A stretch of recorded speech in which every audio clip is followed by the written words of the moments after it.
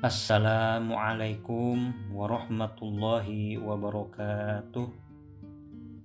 Sampurasun dulur-dulur sadaya. Alhamdulillah hanya sadaya puji sinereng syukur. Hayu urang sami-sami sanggakeun kehadirat Allah Subhanahu wa taala anu parantos maparin urang sadaya mangrupi-rupi nikmat. Nikmat anu sesah dietangna kumargi emang moal tiasa dietang. Nikmat anu sesah dicatetna kumargi emang mustahil tiasa dicatet. Nikmat nu utami nyaeta ditetegeuna hate urang dina iman sinareng Islam. Tur nikmat sehat sinareng kasempetan sahingga urang tiasa riung mungpulung dina ieu acara anu pohara istimewana. Salajengna sholawat miwah salam pamugi salamina tetep dilelerkeun ka suri tauladan urang sadaya Habibana wa Nabiyana Muhammad sallallahu alaihi wasallam, ka kulawarga anjeunna, ka para sahabat sinareng ka sadaya umat anjeunna tug dugi ka akhir zaman. Pamugi Allah Subhanahu wa taala maparin kakiatan ka urang sadaya kanggo nyonto sakiatan nagi kana sagarupi pasunahan sakumaha anu parantos dipidamel ku anjeunna sallallahu alaihi wasallam.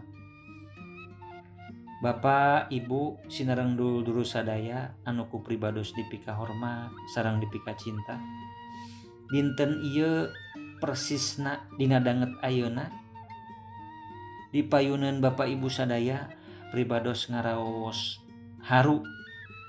Tah kitunya tiasa ngadugikeun sakecap dua kecap kalimat kanggo amitan ka Bapak Ibu sadaya.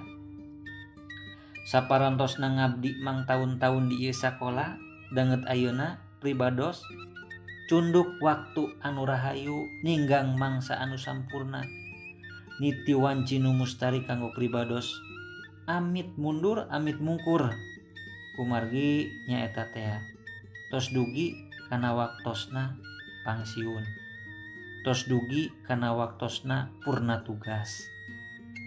Karaosna mah nembe kamari urang ngawitan tepang terasa sarengan dina ngatik sareng ngadidik barudak di ieu sakola tehnya. Estu teu karaos sing horeng tos mang taun-taun oge pribados ngalalakon di ieu sakola tehnya. Pamugi kersa ngadangukeun ieu mah nya pribados hoyong ngadugikeun sababaraha cariosan. Anu kahiji pribados ngadugikeun hatur nuhun nu teu ketang ageungna ka sadaya dulur-dulur guru anu parantos janten bagean tina lalakon hirup pribados di ieu dunya. Hatur nuhun pisan kana samudaya kasayanana, kana rojonganana sareng sabilulunganana anu parantos disayugikeun ku dulur-dulur sadaya salami ieu.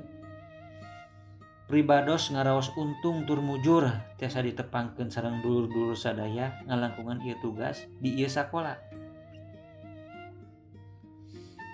Anu kadua pribados nyuhunkeun dihapunten tina samudaya kaluluput sareng kalelepat anu mungkin kantos dipidamel ku pribados salami ieu. Salami urang sasarengan bilih aya luhur saur bahe carek, tutur nu teu kaukur, laku lampah nu teu merenah, dugi ka ngaraheutkeun nya manah dulur-dulur sadaya danget ayeuna pribados nyuhunkeun weuning galih nu dipamrih jembar manah nu ditedah di dulur-dulur sadaya.